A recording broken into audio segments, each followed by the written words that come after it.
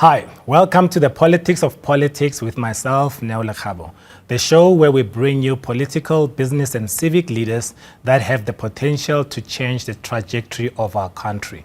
We bring them here because we want to inform you leading up to the 2024 general elections. And today we've got Bongani Baloyi, who is the president of Xiluva, a new political party that has just entered the scene. We will be engaging with him to find out more about his political party and what his plans are for South Africa. But before we speak to Mr. Baloyi, next up is My Political Agenda. My Political Agenda is a segment of the show where I pick a topic that I'm passionate about and give my perspective on it. And today's topic talks about the country that has been able to invest in the future that they want and elected a very strong president who is anti-corruption, who is committed to getting rid of crime in the country and who is committed to the development of his own country. That country is El Salvador and that president is Nayib Bukele. That guy gets thumbs up from myself for this week. I'm going to play you a clip, and in this clip you will see Mr. Nayib with his cabinet, together with the Attorney General of the country, which is an equivalent of the National Director of Public Prosecution. In this meeting, he is basically giving an instruction to the Attorney General to investigate all cabinet members for any corruptions or malfeasance that they may have been involved in. His logic is simple. He wants a clean legacy. He wants commitment from those that are in power, that they do not steal from the public, that they are held to the highest standards, and that they put the citizens first. This is not the first time Mr. Bukele comes up with reform measures like this. This is a series of reforms that he has implemented over the past 4 years as president of El Salvador. One example is that El Salvador's murder rate was close to 100 people a day that were being killed. What Mr. Bukele has been able to do was to declare crime a national emergency, akin to what we did with COVID. What that meant was that he could then fast-track cases through the courts. He could arrest as many gangs and their leaders as possible on all sorts of charges, to an extent that he built a completely new prison for them. And the murder rate right now in Salvador is sitting at 0 per day. And that has been the trend for the past 8 months. I'm bringing this to you because I know that as South Africans, for the past 30 years, we have been listening to promises that have not been fulfilled. We still do not feel safe in our own communities. I'm bringing this to you to show you that it is possible to turn this country around. It is possible to start being active and investing in the future that you want. And it is possible through our show, as you listen to these leaders, that you will start looking at leaders that are pragmatic and leaders that don't just want vote, but leaders that care about your safety and your future. Have a look. Como todos ustedes saben, en aproximadamente 3 días voy a pedir una licencia a la Asamblea Legislativa para dedicarme a la campaña y no voy a estar en funciones como presidente, digamos. Yo quería hacer una reunión antes para ver un par de temas que creo que son importantes. No sé si algunos pensarán de alguna manera, bueno, el presidente no va a estar tan involucrado, entonces vamos a poder hacer esto o lo otro. Y va a ser al revés, en el sentido de que vamos a incrementar la fiscalización sobre los quehaceres del gobierno y de las carteras, de aquí para atrás y por supuesto de aquí para adelante. De hecho, como pueden ver ustedes, todos los que estamos aquí reunidos son parte del Ejecutivo, del órgano ejecutivo, que es el del cual yo estoy encargado, a excepción de una persona. Es el fiscal general que está aquí, él no es del Ejecutivo. Y está acá por una razón bien sencilla. Y es porque le quiero pedir en público de que investiguemos a todos los que están acá. Para atrás y para adelante. Yo me imagino que pues no hay ningún problema, ¿no? Hay algo que yo sí le tengo miedo. Y es a dejar un mal legado. Y hay presidentes, unos presos, otros fugitivos, pero la mayoría son recordados como ladrones. Yo no quiero ser recordado como el ladrón. Entonces a mí no me va a pasar eso. Yo no voy a ser el presidente que no robó, pero se rodeó de ladrón. Pero que me recuerden como el presidente que no robó y que no dejó que nadie robara. Y al que robó lo metió a la cárcel. Ya hay un par que ya están en la cárcel. Y pues ya estamos por iniciar la construcción del SECOC, Centro de Confinamiento de la Corrupción. No es broma. Queda cerca del SECOC. Que aquí hay mucha gente que conozco de hace mucho tiempo, otros que los conozco de menos tiempo. Hay muchos que les tengo cariño. Hay muchos que han sido leales, trabajadores. Pero eso no les da ninguna licencia para tocar el dinero del pueblo, porque no es dinero mío. Si fuera mío, ustedes pueden decir, mira, pero yo te he colaborado, pues déjame agarrar un poquito de eso. Bueno, si fuera mío, pues sí, ¿verdad? Muy tacaño fuera yo a no darles algo de lo que es mío. Pero como el dinero no es mío, y yo no puedo dar lo que no es mío, entonces yo no puedo permitir que toquen ese dinero que no es mío. Y se los quiero decir a ustedes aquí en la cara, a todos, para que nadie me vaya a decir después, pucha, que el presidente me dejó abandonado, dejó que me metieran a la cárcel. No, le estoy diciendo en la cara, no me pidan que sea cómplice de algo ilegal porque no lo voy a hacer. Y yo no lo voy a investigar tampoco, lo va a investigar la fiscalía. Y ahí ni siquiera es el fiscal, son los fiscales que están a su cargo. Y lo bueno es que, a diferencia del órgano legislativo y de otros órganos que requieren ir a hacer un proceso de antejuicio a la Asamblea Legislativa, en el caso de este órgano ejecutivo no es necesario porque aquí se remueven en un minuto y al minuto siguiente ya no tienen fuerza. La otra es que vamos a un proceso electoral. Toca trabajar siempre 24/7 y dar más del máximo. Aunque alguien diga que es un imposible físico, pero hay que dar más de lo que más se puede, de lo que supuestamente es el máximo. Porque aquí solo habemos 2 personas que vamos a la elección. El vicepresidente y yo. Nada más. El 4 de febrero, el pueblo salvadoreño va a decidir si reelige al vicepresidente y a su servidor. Nada más. Nadie de ustedes va a reelección.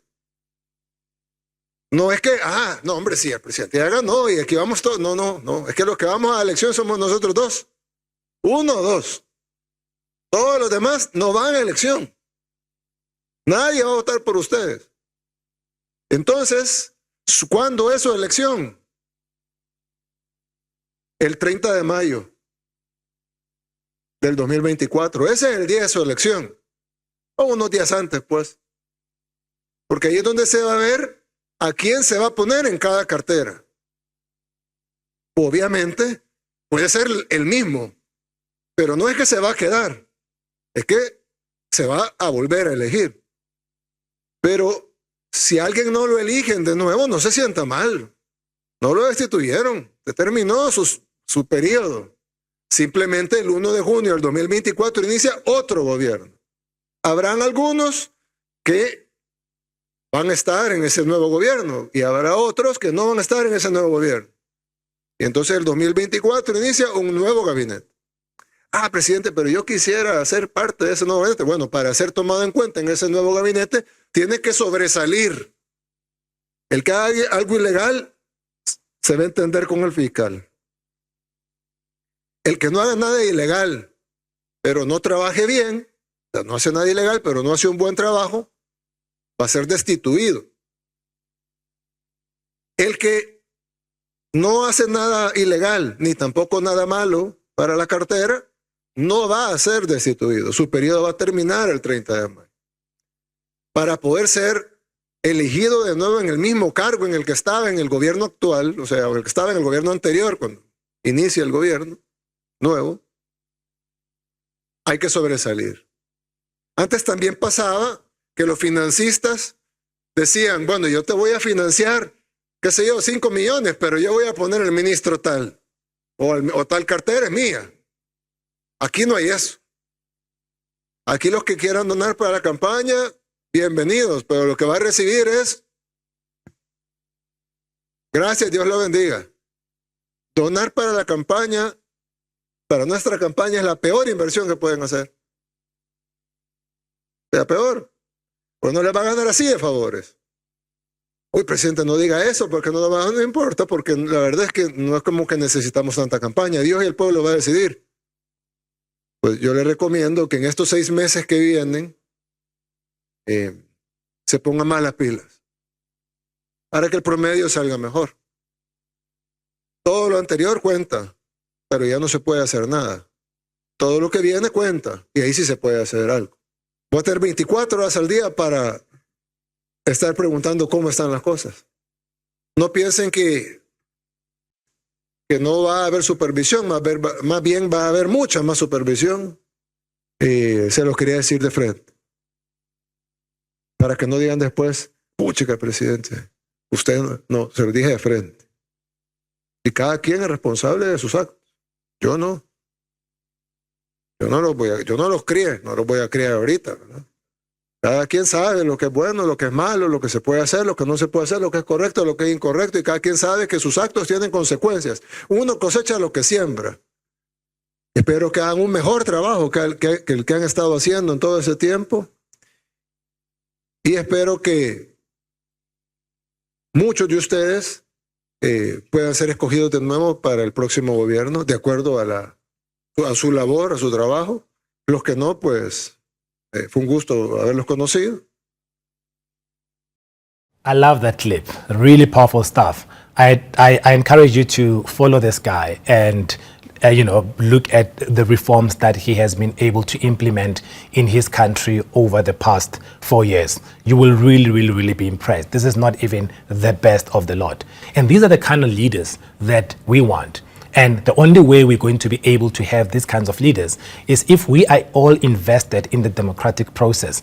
And that is why we're going to have Bongani Baloyi, who is the leader of Xiluva, who's going to be joining us. But from that clip, the one thing that I can say is that maybe the worst advice we have ever been dished is better the devil you know.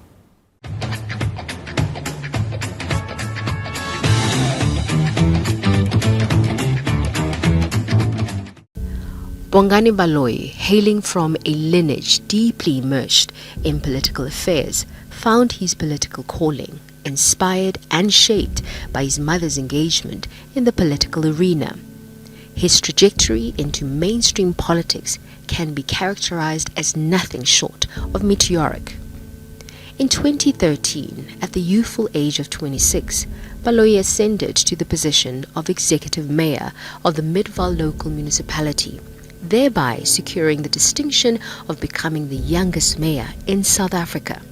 His tenure witnessed Midvaal's noteworthy accomplishment of 6 consecutive unqualified audits, elevating it to the status of the best performing municipality in Gauteng.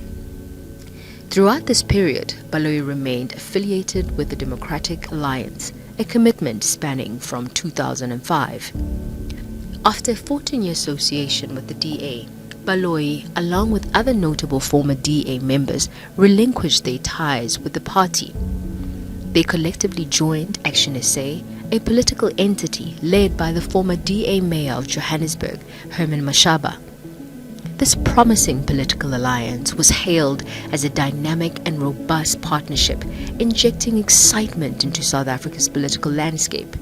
Baloyi characterizing his affiliation with ActionSA as a pivotal moment in the nation's political narrative, heralded as the dawn of a realignment in the country's political dynamics.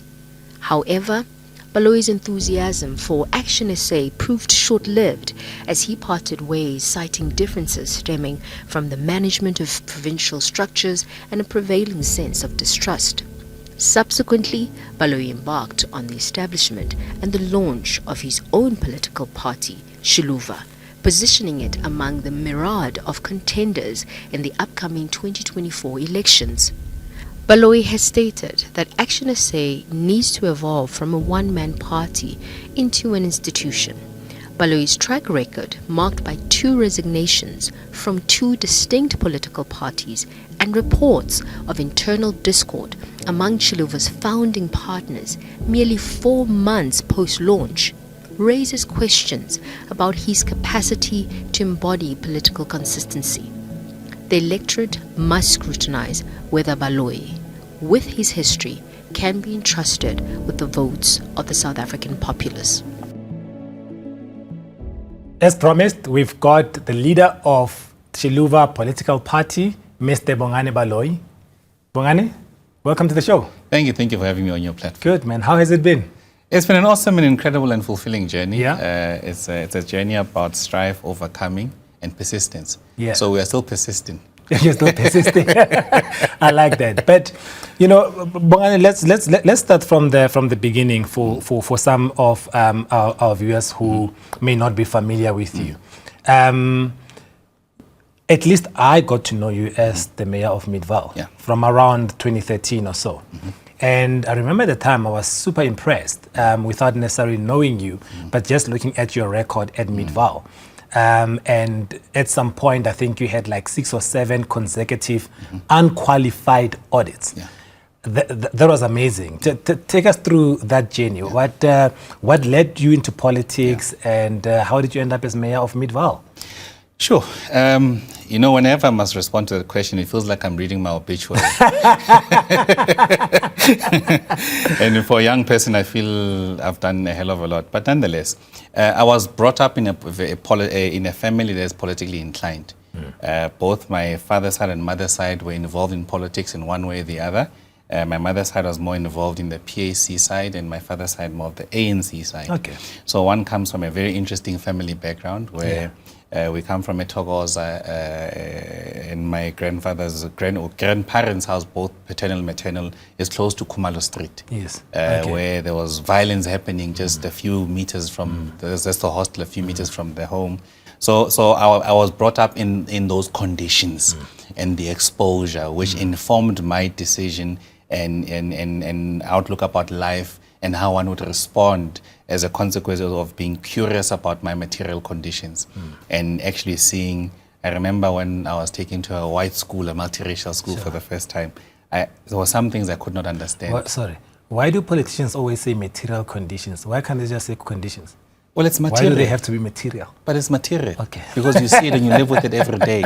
So it's material in the sense that it affects your living conditions, your reality, and it's something very important that shapes an individual. Yes. So that's very material. It's material in a sense that it's water, it's electricity, it's these things you can see, touch, and because feel. it matters. It matters as well. Yeah. So it's also that political speak. There are some things I also refuse to use the terminology, but there are others I've accepted that one can come up with a new lexicon. Absolutely. But it's very important because you'll discover as we continue the lexicon we speak of as Xiluva is intentional to disrupt but also introduce, and that's why we came up with Xiluva.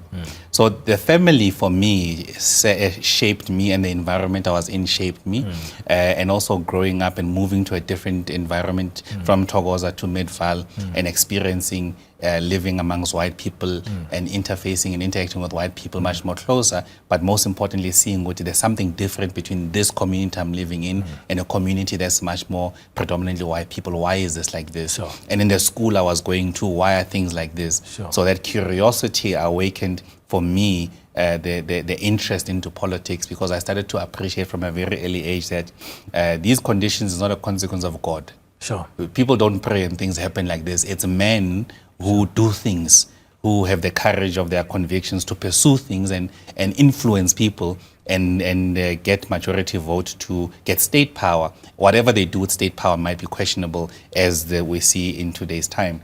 So for me, it was that phase, and I'm trying to summarize this long story to a stage where I got then involved in DA politics through my mother. So I always blame my mother that I could have, I had a very big inclination on business, because I saw with my mother's struggles that you need money. And how do you make money? Yes. You need to make money either by coming up with products, which I started selling from very earlier on, or you must come up with a service which is needed. Yeah. So service is something I came up with later on in consulting with my experience of local government. Yes. But earlier then it was about what products can I buy and sell. So that it wasn't because I had a passion for business. It was the circumstance. It was necessary. Yes. But then you were the mayor under the DA. Correct. So how did the DA thing come about? And I want you to take us into that DA experience because later on you leave the DA, you join ActionSA, you have a fight with Herman Mashaba, he kicks you out. Did he kick you out? No, he didn't kick me out. I left. You left? I've never been fired. No, there was an interview that I listened to where you were saying, I actually have no idea why I'm being asked to leave the party. And No. He never asked consulted. me to leave. No, he never asked me to leave the party. He just blue-ticked you. He asked me to step down from a position of chairperson in Gauteng and take up a position as the national spokesperson. Okay. And the reason he advanced, he says there's been a deterioration of trust. I remember you said that. He said there's a deterioration of trust, and you Correct. said you're not sure exactly what that means because from where you were sitting, you guys had a very mutual, respectful relationship. Correct. It was mutual, but it was also, I've always appreciated that politics is a space for contestation. And relationships get strained, but I've always experienced mature politicians who, when we differed, even during the day, some would meet with me after hours to try and find each other. So I expected the same maturity. Yeah. So when you differ, when you differ, hey, it's as if it's someone's house. Yeah, then they say, but you see, this is the limitation you are crossing. Yeah. So I think for me, when that conversation happened to say, but I don't trust you, for me, I contribute my skill. Sure. This is my name and my brand that I've worked hard for. Sure. And for me to contribute my skill is an act of love for my country. Sure. So it wasn't driven by money per se. So when someone says, I don't trust you, for me, it's a very important thing. Yeah. So if you don't trust me, why would you want to appoint me in a position that works with you on a day-to-day basis? But you see, the question for me is, you were doing so well, and I'm saying this sincerely. You were doing so well as the Mayor of Midvaal under the DA. Yeah. And you announced that you were leaving, and I think it was towards the end of your term or something like that. And you said, I remember at the time, you said, I will reveal later where I'm going. Why did you leave the DA? And by extension, please answer this question. What is it with black leaders leaving the DA? Okay, let's start by you. Okay, let me first deal with my era as mayor very briefly. Sure. So while I was getting exposed to DA politics, one started to participate and shape. And the mistake I made was to contribute, because I could see these adults are messing about with something so simple. They don't want to say what the problem is. So that gave me an advantage to be listened to and be given the space, and I used the opportunities that were there. In my mind, I've always been clear and intentional about understanding that political parties are vehicles for advancement to a type of society you want to create. So it's never been a mistake. For me, it's been intentional that this is a political vehicle. I'm going to further this particular agenda to work for my society. And I did exactly that in Midvaal.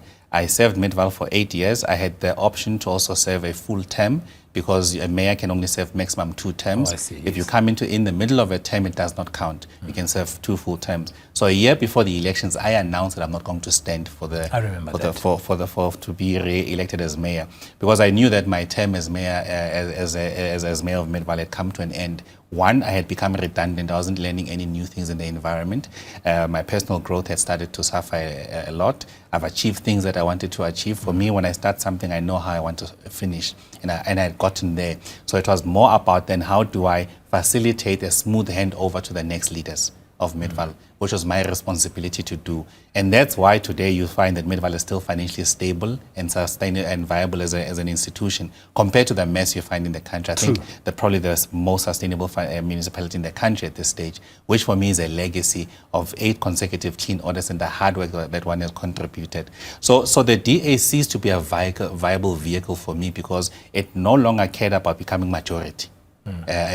governing the country through majority. Yes. Instead, when the DA grew more and more and more of us were coming into the DA, there was this subtle undertone that you must watch these guys being black leaders, who would really then start to take a DA into the type of direction that resonates with the majority of the people. But when people always put that perspective to DA leaders like yourselves, you guys always denied it.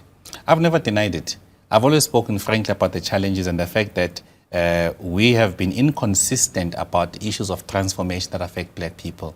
And I've understood that it's going to be difficult when you come into the DA, because the people who are at the brains trust of the DA, the think tank of the DA, where serious decisions are conceptualized and people think about what to do in the plans. And when it comes to us, there's been a lot of thought behind that. There's hardly any black person in the center. So people take for granted the fact that you write from your own prism and your own experience. So if you exclude people and it's only a certain people who can write from their own experience, certainly the output is going to be an output which is limited. So when you start to engage from that point of view, you are a few steps behind.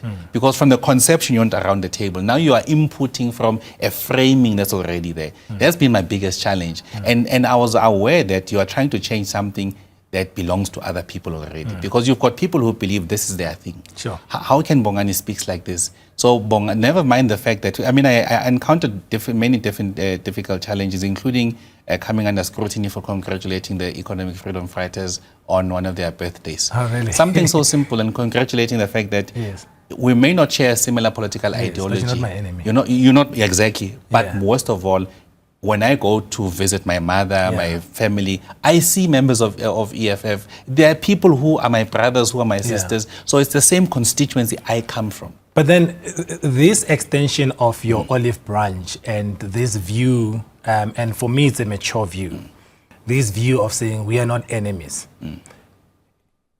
continues to still land you into a bit of trouble if you think about what happened a few months after Xiluva was launched, and I want to deal with this and then move into Xiluva itself, between yourself and Tlogi, right? And Tlogi Moseki, you guys make an announcement together. He leaves. You have your version of what happened. He says, no, you're too close to ANC people. And I'm listening to you now talk about congratulating the EFF. And I'm saying there is clearly an environment that says, look, you can reach out to the other side. So my direct question to you is, what happened between you and Tlogi Moseki, and are you working with the ANC? Look, his version is problematic in a sense that it's very limiting and untruth. So I founded Xiluva. I invited him to say, here's what I want to do. I've written that document. There's the branding, the initial branding of it, the name, the ideology. So there's no questions about who founded Xiluva, and extended an invitation to him to collaborate and work together in building this. And most importantly, what I set out to do with Xiluva was to reframe politics. In my own evaluation of the state of South African politics was the fact that if political parties are unstable, it translates into government as well, the instability. So we must remove issues of instability, but most importantly, we must come up with a new ideology and a commitment to a different type of meritocracy. So then it imposed a few limitations on people. One, for you to lead, I made it quite clear that if you are going to lead the party, there has to be a minimum academic qualification at the level of leadership, national leadership, and which affects me as well, because I'm sitting still with my B degree, started with my postgrad and have had to stop it now because of the challenges we're going through, and one not being able to multitask between first steps of the party and education. So it means that within X amount of years, a national leaders of this party must have had government experience, number one. They must have positive output in government. Number three, they must not have minimum than a master's degree. So when people understand what I'm bringing onto the table, they start reflecting inward. They start to see that this thing could work, but these things are too steep. First problem starts. The second problem was capacity. You would assume that a chair would have to really work on the institution and build the institution and come up with some foundational documents and also preside over discipline of the institution, which was something I was starting to carry ahead much more than the former chair would do. So the chair was a chair because he would attend the meeting, but not contribute much. But you knew that before you appointed him, though? No, we had I mean, you invited him. On what basis did you invite him? Because he could contribute. And sometimes, my brother, people give the impression that they can contribute far more than they have. I only worked with him about 8 months in ActionSA. He could mobilize, get the community going, etc., which was a valuable skill. So, but I'm not also going to badmouth him and say there was no mutual benefit from the institution and the individual. There was mutual benefit. The issues of conflict was around how he dealt with conflict, number one. Okay. So I invited him numerous times to come and sit around the table. Let's sit around the table and tell each other where we find issues with each other and resolve it. He sent you voice notes? He sent me 12 minutes voice notes. I can't manage like that. I've led in government, had serious difficulties and difficult relationships with individuals, but one thing that we're always able to do is have a conversation as adults and say, but I don't like this, I don't like this. This is your view, this is my view, how to arrive at the middle ground. And that actually strengthens it. And while we were having this conflict, they were negotiating with other political parties. And I allowed them the space to do so. And when they were ready, I had found an agreement and I was briefed that I've agreed with the party that he has joined now, then I released him. Which is with Abel Tau, right? Correct. So I released him. So for me, it ended there. And the one thing I want to put on record, it's a clumsy thing. Herman started a similar thing with me, ANC, etc. I do have relationships with people from across different political parties, predominantly black political parties. So with ANC, as I've said, from my father's side, my father's younger brother was leading the MK zone in Katlehong, in Thokoza specifically, in Khumalo Street. So you can just imagine a person of that stage and the relationships that they have and people who know me as a young boy. So those relationships, just because I've decided to go in a different path, don't stop. And I'm not going to stop being human to other people. So I'm not the ones who will stand up in parliament and advocate for people beating each other with fist fights. Sure. I'm going to show people, I'm not going to hide the fact that politicians speak. No, I hear you. And do you not, are you not overlooking maybe what is not being said here, which is we have an ANC that people, we generally accept that it does not have a good track record of running the country over the past 30 years. And the seeming cozying up or relationship with them basically says that you are not reframing politics, you are a potential co-optee to its process. So whilst your intentions may be clear and noble, the perception from us as the voters who are saying we want to look at you outside of the DA, outside of anything else, and want to look at you for what you are trying to bring on the table. I think you're underestimating how that perception is potentially damaging. Don't you think so? It's a perception that I find from media persons like yourself. And those who have been listening to what the former chair said, what Herman has said, on the ground, the perception for me, I have not confronted it. It does not exist for me on the ground. So it's an interesting one because what I'm saying is that I don't have, I don't defend the ANC on anything. Have never even done that. Number two, I've been also a very big critic of their work as well. And that's why I decided to have an alternative which contests for power with them. Not working with them, but contest power against them. To say we want to get electoral support so it can deliver and not ANC. And number three, the people who throw, you'd be very surprised the people who throw this ANC thing at me, how cozy they are to ANC members themselves. And how they are embedded. In particular, the chair was embedded in the Ekurhuleni issues and subcontractors and relationships and getting and meeting with key officials there, negotiating for employment opportunities for some of members that he has moved with. So it's easy to throw it at me while their hands are so deep into this thing.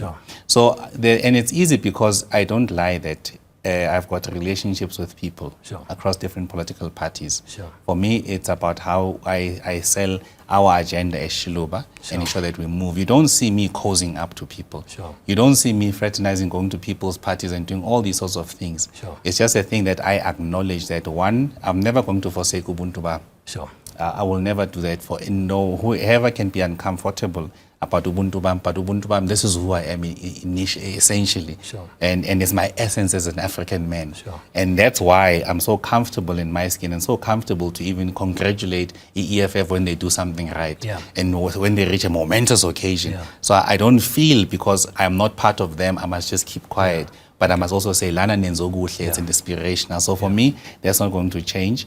And I think we have moved nicely as an institution, because part of the thing people don't appreciate about building an organization in such a short space of time towards election is that you actually need to fail very quickly. Yes. You need to get out of your starting blocks and make those fundamental mistakes and still survive. Sure. And 9 months in, and one is still standing, and we are growing strong, and we've actually outlasted individuals. And now and you know, the beauty of people walking away when they can't work with each other, it also saves the purity of the idea. No, absolutely. And so, and I suppose that in terms of the growth that you're talking about, I'm quite interested in. So, what are some of the key fundamental ideas for Xiluva that Xiluva that you're promising South Africans? Yeah. And two, another political party, bruh. Absolutely. How long is it going to be the ballot? I'm sure you get that a lot, right? Absolutely. And you see, firstly, why Xiluva? Sure. We felt it's important to depart from conventional politics and not to name ourselves the Institution of Freedom Fighters of South African Azanian Liberation something. You know, Liberation 2.0. No. We are not those people. Sure. So we also understand that this generation of ours has to define its generational mission, as someone once famous once said. Yes. So it's for us to define that and give it local context. And when you build something new, you must really contribute, including the language, the jargon that you use. So Xiluva is strategic in the sense that it represents a flower. And this is what we see ourselves. We are flowers to the nation. The work that we are going to do and the contribution for us is such that you give yourself to something you love. We love our country. We are patriots. And we believe that it's time for us now to not wait and pass our responsibility to others, but it's time for us to do this ourselves. But fundamentally, we're saying we are done assimilating as black people. I am done. Sure. The more I grow up, the more I realize that I am actually fine in who I am as Bongani Baloyi, my essence as an individual.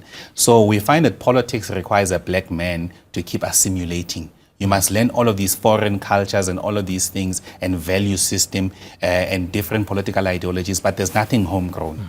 So in the many years that we've been had this type of political parties and democracy, since from the 1910s, there's never been a party that started purely out of an African ideology. So we're saying ours, we selected Ubuntu as an African ideology. That's not true, though. PEC was quite... Pan-Africanism. Pan-Africanism was African. It was an African ideology. I mean, you can trace it back to the Kwame Nkrumahs, etc., etc. That's Africa. That's part of African. Well, you said African. But let's look at it this way, right? So you're saying Pan-Africanism is a African ideology. Yes. I also argue more and say before there was Pan-Africanism, Pan-Africanism also relates to an era that starts with the arrival of white people. We hardly speak about the era before. Yeah. And the era before is Ubuntu.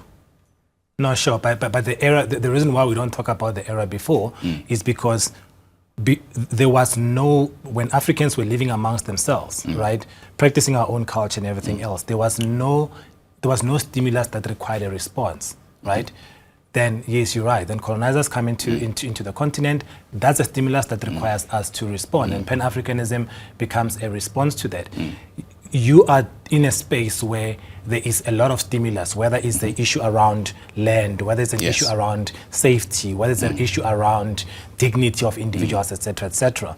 So unless you can show, and I know you can, unless you can show how Ubuntu becomes different, or maybe give it a nuance and unpack it, Yes. in terms of why is that different? I think it's important. No, absolutely. For us, it's different. The fundamental departure with us, political systems assumes or gives the individual as the primary unit. Main character. Main character. Yeah. So it's individual and their agents History. first. Yeah. And we are saying no, it's the group first. Okay. And then that's why I say to Ubuntu. So we define Ubuntu as three things. Umuntu, abantu. So before you can be Umuntu, you are part of abantu. So you must continually contribute to the communal table for you to sustain your presence as Umuntu. That's why it's common to find when you get to a community, but aksaso Umuntu lento ngalento yenzile. Yes. Because you have acted out of the interest of the community. Yes. So we are a communitarian society, actually. Yeah. Number two, we are saying isintu, which is a holistic part of the set of rules and how we relate with each other and many things in our lives. Then khona masiko. Those three things we argue strongly makes umuntu. It's the essence. And because we move away from our essence, we get to adopt the value system of others. So not just going into a different set of politics, but you lose your essence as a black person. Now you then have to go and compete and learn in a different environment. And we are saying we are starting with this part. If other nations want to join us, you must assimilate into this. We're no longer assimilating into this individual-driven society, but more communitarian society. And how do you translate that into practical issues, what you call material conditions earlier on? Yes. Issues of clean water, clean governance, stuff that you've done very well, by the way, and you've got track record in. Yes. It is unclear to me how you unpack, you move from Ubuntu as a leading concept into how does that, how does that talk to the economy, and how does that talk to crime, and how does that talk to everything else? Let me unpack it. In that so many people have misdefined Ubuntu. So even when I speak about these three things, you immediately think about, okay, let's look at our contemporary problems, but how does it get here? Yes. And do you know a key aspect, principle of Ubuntu is leadership. Okay. Competent leadership. Okay. So when you give a responsibility to somebody, you don't give a responsibility to someone who has no capacity. Okay. Now our system is saying we must elect. When you elect through majority in a political party, where is capacity? There's no filter. In fact, the standard is that you must stand, have membership, and be able to get majority of the people there to elect you with no test of meritocracy, which filters nonsense out and ensures that a standard of persons can lead. I'm starting there to deal with the contemporary problems because we assume the contemporary problems by mere policy will be able to be resolved and not the quality leader there on the basis of meritocracy. Okay. And that's why we borrow a lot from the Chinese system and how they deal with meritocracy. Yes. Number two, when we accept that we are a communitarian society, so what does it mean when we look at issues like for the economy, broad-based black economic empowerment, which we argue is not is too narrow. In fact, we need a much more inclusive transformation policy, which does not just look at these parts. You mean it's not enough for Edwin Sodi to be the only one that gets the problem is that you can count. You can count. With one hand, by the way. Yes, you can count people who generally have the means of production. So others are France for big industry, France for politicians. So BEE we admire the intent of BEE, but we believe it's been too narrow because now we must broaden BEE or the policy in the inclusive policy, the broad inclusive transformation policy that we're going to introduce will actually answer the difficult question about how to get to the base. So the point that you made earlier around the quality of leadership, I like it. I think it's important. I think it's the fourth time you mentioned the word meritocracy, which now distilling to say it is a key component of Xiluva. Theodore Roosevelt gives a speech in 1910, right, in April called Men in the Arena, right? And most people know the quote. It is not the critic who counts, etc., etc. But when you read his speech, he brings a very fundamental point, and he says that he wants to run America at the time. He says, much has been made about the quality of leadership, but I want to focus on the quality of the citizenry, right? Because he says once in a while, you find a leader who is ahead of his time. But if you grow the quality of the citizenry, the leaders coming out of that citizenry are able to stand up for themselves and do that. And in a way, I'm assuming that's what you're saying, right? Well, it's also a chicken and egg situation. The politics determine quality of citizenry. Sure. And at this stage, we've got a level of politics which is deplorable. Sure. So you can just imagine the quality of citizenry. Yeah. So we have to elevate the politics. Yeah. And the interesting part, through majority vote, elevate the politics. And ultimately to get improve the level of citizenry, which you're quite correct. The ultimate goal for us as Xiluva, after being in government for 10 years, is to facilitate towards a society where the individual needs less of government intervention. Yeah. So for us, we need to empower this nucleus, this community, that they are much more self-sustainable, and they've got there's less things that prevent them from utilizing their agency one way or another, not even material conditions. So you're quite right, and I think for me, when you use that example, people often stop at just the men in the arena. They don't get to that later part. The whole thing. Exactly. No, it's which a very is very fascinating important. speech. I mean, later on in there, he talks about how, and I know you're a man who understands the Bible. I mean, he later on he talks about Gamaliel, who was the mentor to Paul, right? And he says, Paul, in his turn, understood that he can be a student and a teacher at the same time. And I think that's kind of like what you're trying to do. I think the one thing, Bongani, that I cannot get over is, I listen to you speak and I'm saying, here's one of potential leaders of our country. I listen to Songezo Zibi speak, I'm like, brilliant. I listen to Musi speak, I'm like, great. Why are you like, what makes it so difficult for you guys to come together as young, intelligent black leaders that, someone speaking to you realizes the sincerity of it? What doesn't gel for me is the sincerity through which, when I engaged all of you speak, but then the perceptive ego of not wanting to get together, unless you tell me it's not ego. Why can't you guys come together? I think it's less of ego. Look at it this way. We are about to dismantle the ANC's hegemony.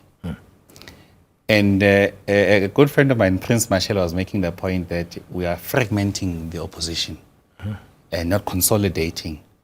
And in my mind and in my belief, when you break a monopoly or hegemony like the ANC's, the next stage is fragmentation. Because we also give too much strength to those who exist and their ability to remove the ANC. If the DA failed all these years, how are they going to do it now? Every election... Clearly you're not joining the Moonshot Pact. No. So what people don't realize is that the insertion of new parties facilitates the quicker destruction of the ANC's hegemony. EFF has been case in point, followed by PA, followed by ActionSA. These were not new parties that existed. 10 years ago, EFF is the oldest of these three parties, or EFF and PA. But look at what new entrants are doing. We have the ability, the innate ability to be able to appeal to people in a way that no other parties can, which erodes the base of the ANC. It still doesn't answer why you can't No. come Let me together. make my sense. Let me make my statement. So, firstly, there has to be fragmentation. A lot of us are going to eat at this elephant, not a few of us. Many, in fact, the many are the better that eat bits of this elephant. After election starts consolidation. So who consolidate? Those who would have made it to parliament will consolidate the politics of our country. And I think many people are frustrated that we're not consolidating now, and I disagree that now is not the time for consolidation. Consolidation is after the elections, when we see how the pieces have fallen. Only that's a basis for consolidation, because the most important thing now is to eat at the ANC's hegemony. That's the most important, and it requires many of us to do that. That's what we are contributing towards doing. After elections, there will be a conversation around consolidation. And then you've got a legitimate basis for consolidation because you have support of voters. Now you are in parliament. Now you start looking at the next phase. The next phase of our country post-2024 is all about consolidation. Consolidating by those who are there. And I think it's a fair point that you're making. But then there's still... Would you work with Steenhuisen, John Steenhuisen? As an example, I'm talking post-election. No, to be fair, for us, because I think values are important, right? Values are important. We are quite clear on the things that make sense to us. And I think after the elections, we'll have to make a determination about who are those people that we can work on and say there's a 15-year plan to be able to do the following things. So at this stage, I don't think, we've not given any thought, but we've rejected the invite to the Moonshot Pact as an example. Multi-party charter. They'll correct us. Let's get the lexicon right. Look, whatever their thing is, we respect their thing. We respectfully declined involving ourselves there. So for us, it's values, aligning of our values, and an agenda that's pro-transformation. Got it. So for us, we're going to set clearly the things that are important to us. And for us, we are clear what we are trying to do. If there are partners post-2024 who believe in the same thing we believe in, or on majority of the things, or the key important things, then we are going to embark on a process. Two matters that I want to quickly press you on. What is Xiluva's position on crime? How do you keep this country safe? Anyone that's watching our podcast and is asking, your position on economic development, those two issues, what is your position? Okay, fortunately, we're in the drafting of a number of policies. Let's look at crime. You can't touch crime without starting on the economic development, on the economics. And if you don't appreciate that more than 60% young people are unemployed, and Stats SA tells us when they get to 30, they become unemployable. Yes. And then Stats SA further tells us that 60% of black households are single parent led. So, and those parents who stay are female. So we're raising children in single parent households where the reference of father is not there. So they find a reference of a father outside. So we understand the makeup of the society with the type of skills that they have. So firstly, what's important for the country when you get into government, the point of departure is to stabilize before there's any fundamental redress and changing of policy. You must stabilize. Government must be able to function as a state first and deliver just on its core mandate and objective. So when we look at the economic development, the broad, inclusive transformation approach of ours is going to be something that's embedded. We think the state has done injustice in how it utilizes all of its levers to uplift a people. And instead of individuals that are connected both in business but connected in politics, key political circles. So for us is how we broaden that. Number three, we also look at how we utilize the strength that we have. Even though the mining sector has been declining, contributing to the GDP, it's still important that we try and beneficiate and get more into manufacturing as well. You don't have electricity to beneficiate, man. Yeah, no, I'm coming there. It's a key part. And you don't have trains to move. No, we are getting. That's why we exist, because those things are no longer there. So we are trying to resolve them. Sure. So once you can extract resources, beneficiate, you need to get to market, and obviously market, as you say, requires rail, requires Eskom.